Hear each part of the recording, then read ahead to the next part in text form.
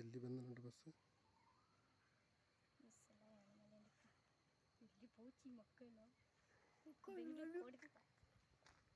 ಗಂಟೆ ಚಿಕ್ಕ ಗಂಟೆ ಪತ್ತ ಪಚ್ಚಿ.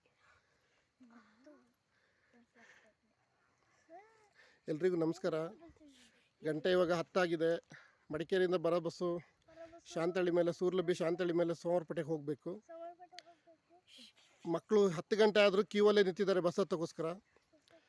ಇನ್ನೂ ಬಸ್ ಬಂದಿಲ್ಲ. ಇಷ್ಟೊತ್ತಾದರೂ ಬಸ್ ಬಂದಿಲ್ಲ. ಡಿಪೋ ಮ್ಯಾನೇಜರಿಗೆ ಎಷ್ಟು ಫೋನ್ ಮಾಡಿದ್ರು ಅವರು ಸಹಕಾರ ಕೊಡ್ತಾಯಿಲ್ಲ. ಬಸ್ನ ಬೇಗ ಕಳಿಸ್ತಾ ಇಲ್ಲ. 7:15 ಬಸ್ ಬಿಡಬೇಕು ಮಡಿಕೇರಿಯಿಂದ.